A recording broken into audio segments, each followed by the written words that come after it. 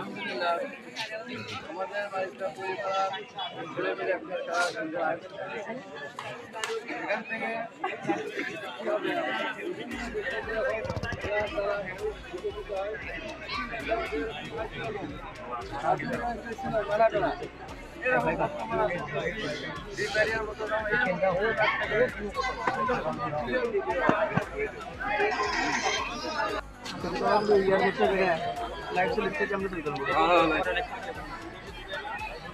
খেলাধুলো হবে, কোনো রকমের গন্ডগোল হবে না।